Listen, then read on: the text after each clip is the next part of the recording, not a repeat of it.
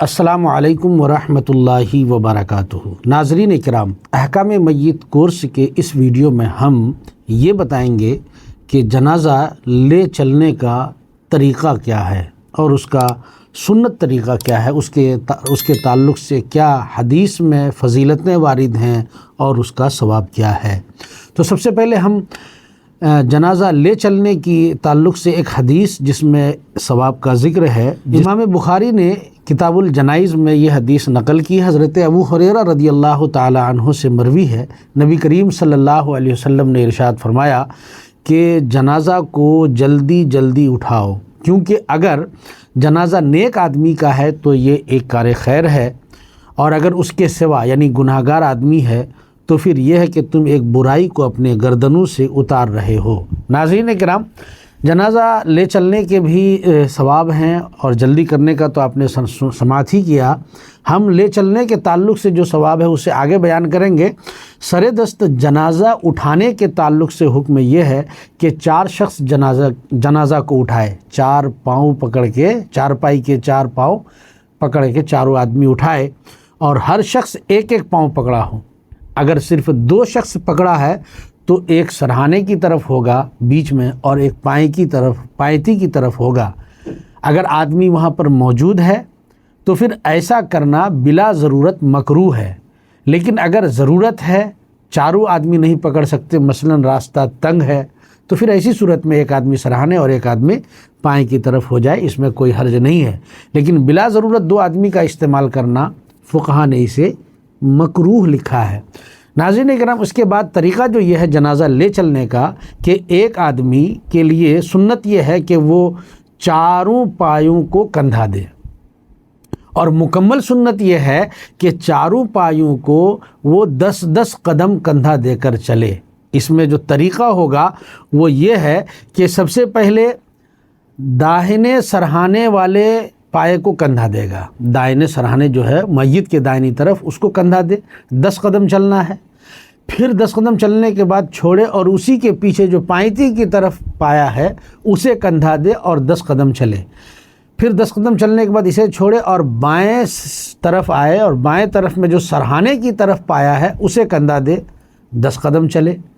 پھر اس کو چھوڑ کر کے اس کے پیچھے جو پیر کی طرف پایا، پائیتی کی طرف، اسے 10 قدم کندھا دے اور پھر 10 قدم اسے لے کے چلے۔ تو اس طرح سے کل 40 قدم اس کا چلنا ہوگا۔ اور اس تعلق سے حدیث پاک میں آیا ہے کہ جو شخص 40 قدم جنازہ لے چلے اس کے 40 کبیرہ گناہ مٹا دیے جائیں گے۔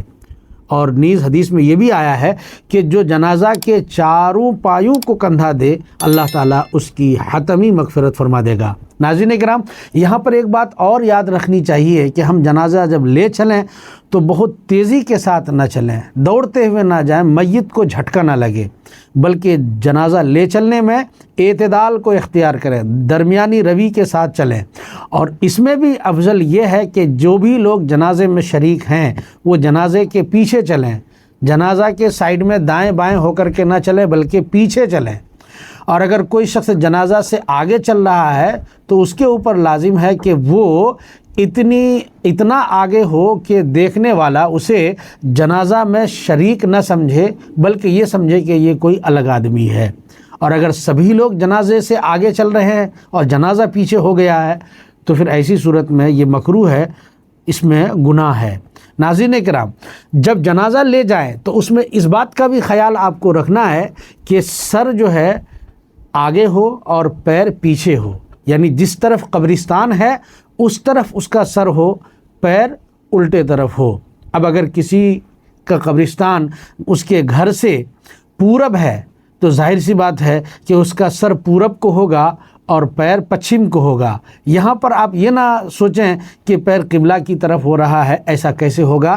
نہیں، حکم شریعت یہی ہے کہ سر اس کا آگے طرف ہو اور پیر اس کا پیچھے کی طرف ہو۔ ناظرین کرام، اس کے علاوہ ہمیں اور آپ کو یہ بھی دھیان رکھنا چاہیے کہ جب ہم جنازہ لے چل رہے ہیں تو بالکل سکوت اختیار کریں، خاموشی اختیار کریں، اور اس میں ہنسنا یا باتیں کرنا منع ہے۔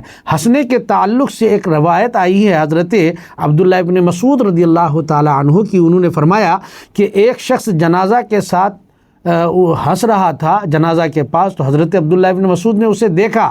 دیکھنے کے بعد انہوں نے فرمایا کہ تو جنازہ میں ہنستا ہے، تجھ سے کبھی کلام نہیں کروں گا۔ تو ناظرین کرام، جنازہ میں ہنسنا یہ نہایت ہی محرومی والی بات ہے، بات کرنا شریعت نے منع کیا ہے، تو پھر ہنسنا کیسے ہو سکتا ہے؟ خود آپ سوچئے، ایک میت ہے، ہمیں تو فکر آخرت کا حکم ہے، ہمیں آخرت کے بارے میں، اپنے نام اعمال کے بارے میں اس وقت سوچنے کا حکم دیا گیا، غور کرنے کا حکم دیا گیا، اور ہم ہنسیں یا بات کریں تو اسے منع فرمایا گیا ہے۔